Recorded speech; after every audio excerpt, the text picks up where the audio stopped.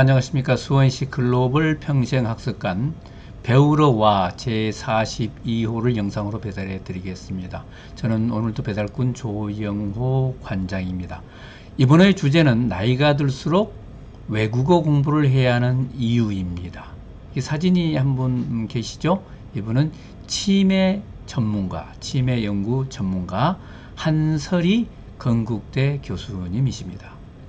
네, 오늘 얘기는 치매에 대한 것입니다. 네. 자, 배움과 삶에 얽힌 다양한 얘기를 전해드리고 있는데, 치매 얘기 안 할 수가 없지요. 치매하면 저는 생각나는 사람이 저희 어머니입니다. 몇 년 전에 돌아가셨는데요. 우리 어머니는 시골에서 혼자 사셨는데, 99세, 만 99세 생일잔치를 드시고 돌아가셨어요. 그러니까 100세를 누리신 거죠. 근데 이제 마지막에는 뭐 특별한 문제는 없었습니다만은 이 단기 기억이 자꾸 사라지고 상당히 좀 괴로워하시더라고요. 말하자면 이런 겁니다. 시골에서 뭐 고구마 순이라든지 또 과일이라든지 이런 걸 따가지고 저희 집에 이제 보내지요. 보낸 다음에 전화가 옵니다. 영호야, 내가 이거 보냈는데 받았냐? 어머니 받았습니다. 고맙습니다. 수고하셨습니다. 그럼 좀 이따 또 전화가 와요. 내가 보냈는데 받았냐? 그래, 아까 전화하셨잖아요. 그랬었니? 그 다음날 아침에 또 전화가 오신 거예요. 영호야, 이거 보냈는데 받았니? 아니, 어머니 지금 몇 번이나 전화하시는 거예요. 자꾸 까먹으셔가지고 단기 기억이 없으시니까 또 묻고 그러시는 거예요. 참 안타깝더라고요. 돈 같은 것도 어디 잘 넣어두시고 그걸 또 잊어버리시니까. 그러니까 어디다가 두질 않으시고 그냥 바닥에다가 방바닥에다가 막 뭐든지 벌려 놓으시더라고요. 제가 또 91세가 되는 장모님을 모시고 사는데 이 장모님도 자꾸 이제 연세가 드시면서 뭐 인지 기능이 가물가물 하시는 거예요. 이제 한 번은 자기 방에서 화장실까지가 한 3, 4m 밖에 안 되시는데 화장실이 갔다 나오셔 가지고 본인의 방으로 들어가셔야 되는데 엉뚱하게 현관문을 열고 나가셔서 밤중에 어디서 밖에서 전화가 왔어요. 한 3시쯤인가?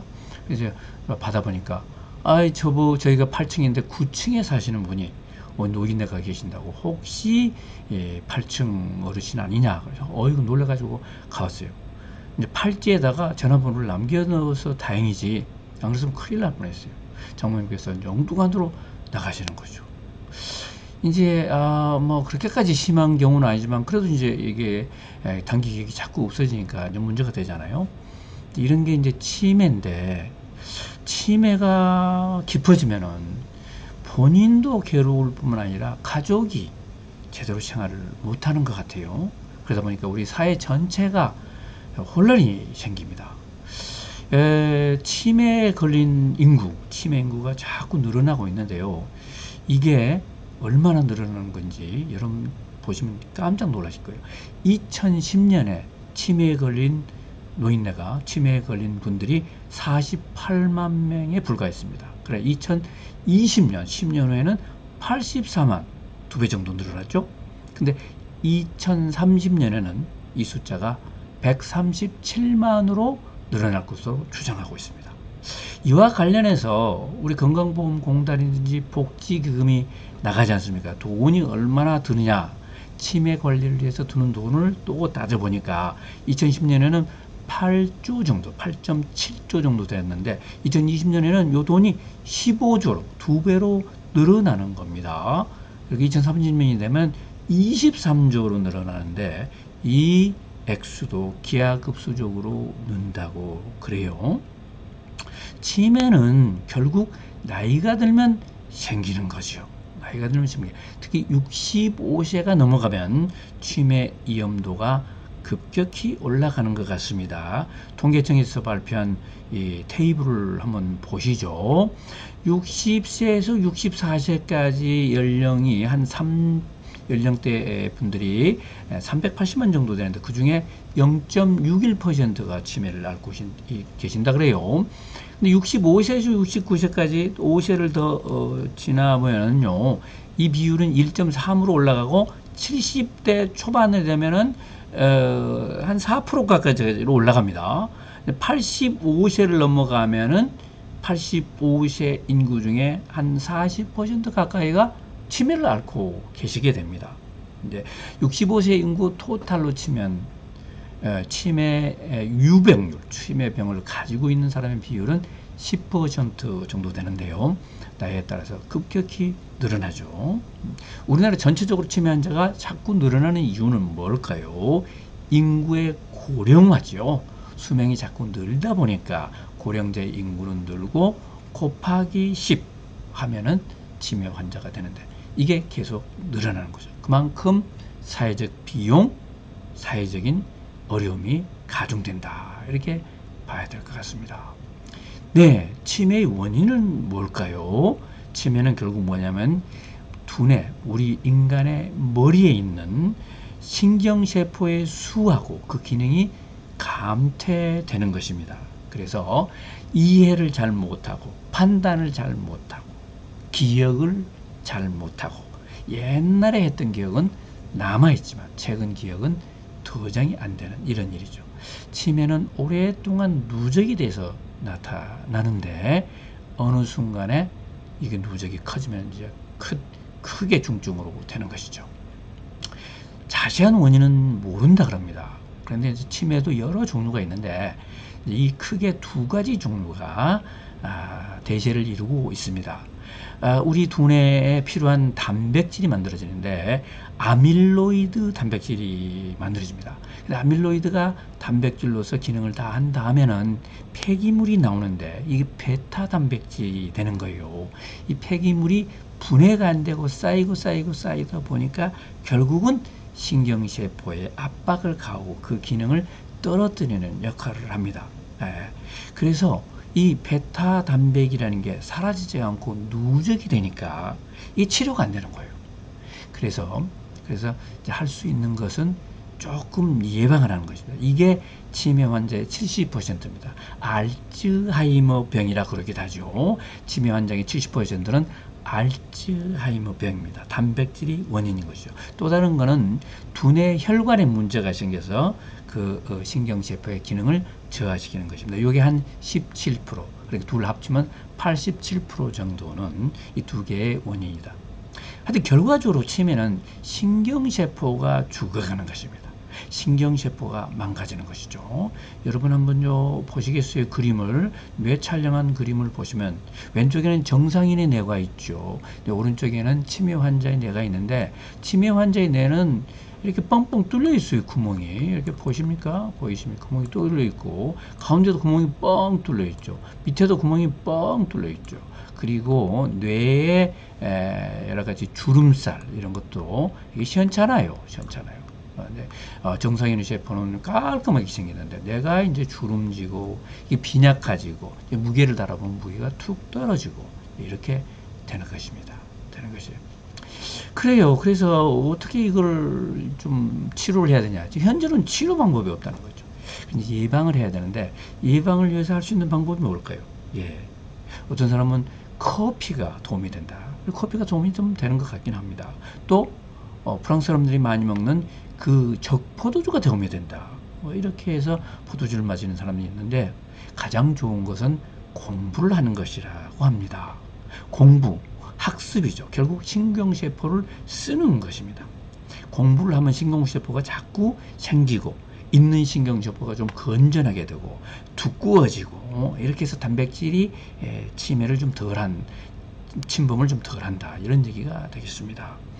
공부를 전혀 안 한 학교를 안 다닌 사람들하고 학교를 다닌 사람 8년 정도 학교를 다닌 사람을 비교해봤더니 무학력자가 학교를 다닌 사람에 비해서 치매 환자가 5배나 많더라는 거예요. 이게 대단한 거 아닙니까? 그리고 학교를 다닌 사람들도 특히 외국어를 여러 개를 하는 사람들이 적어도 애국어를 하나쯤 하는 사람들이 치매 유병률이 낮다. 그리고 같은 나이를 진행이 돼도 이 애국어를 하는 사람들은 늦게 치매가 나타난다. 재미난 연구가 있는데요. 캐나다에는 영어만 쓰는 지역이 있고 영어하고 프랑스어를 같이 쓰는 퀘벡 지역 이런 데가 있지 않습니까? 비교를 해봤더니 영어만 쓰는 데보다 영어하고 불어를 같이 쓰는 데에서 치매 발병률이 4.8년 정도 늦더라는 겁니다. 놀랍죠. 4.8년, 5년 가까이 되잖아요. 5년 정도 되면요, 치매가 2배씩 늘기 때문에 그 지역을 보면은 어느 연령대에서 치매 환자가 다른 지역보다 반밖에 안 된다, 이런 얘기가 되는 겁니다. 인도에서는 영어도 쓰고 또 인도 고유의 힌두어도 쓰지 않습니까? 힌두어만 쓰는 사람과 영어하고 힌두어를 같이 쓰는 사람을 비교해 봤더니 여기서도 역시 힌두어, 영어를 같이 쓰는 사람들이 4.5년 정도 치매가 나타나는 연령이 늦어지더라, 이런 얘기죠. 이 외국어를 공부한다는 것은 어렸을 때부터 꼭 해야 되는 것이 아니고 나이 들어서 해도 전혀 문제가 없다. 신경세포를 자극하고 신경세포의 파이프를 좀 두툼하게 하는 데는 오히려 늦게 하는 것이 더 유리하다. 부지런히 해야 되겠죠. 그래서 외국어 공부를 나이 들어서 하는 이유가 거기에 있습니다. 외국어를 써먹기 위해서, 해외 유학 가기 위해서 하는 게 아니고 본인의 노후 건강을 위해서, 뇌세포, 신경세포를 활성화하기 위해서, 활성화시키기 위해서 한다, 이렇게 보셔야 될 것 같습니다. 네, 아까 처음에 말씀드렸던 치매 연구가 한설혜 씨는 우리나라에서 치매 연구를 시작하신 분이고 치매학회의 창립자시고 독보적인 분이신데, 본인이 이렇게 알아보니까 외국어가 좋다 그래서 본인이 직접 스스로 솔선수범해서 외국어 공부를 열심히 하시더라고요. 학회가 스페인에 있다 그러면 스페인 공부, 학회가 또 포르투갈에 있다 그러면 포르투갈 언어를 이렇게 공부를 계속 하고 계시더라고요. 네, 너무 좋습니다. 자, 치매와 관련된 어록, 또 뇌세포 관련된 어록을 추려봤습니다. 조영호 관장의 좌우지간. 네, 뇌가 싫어하는 것은 자극이 없는 것이다. 신경망에 변화를 가져다 주지 않기 때문이다. 몸을 단련하는 운동에서부터 무언가를 배우고 학습하는 과정, 사람과의 유기적인 관계 형성에 이르기까지 모든 것이 새로운 신경망의 변화를 만들어낸다. 뇌과학 연구원이 장래혁 씨가 이렇게 얘기했네요.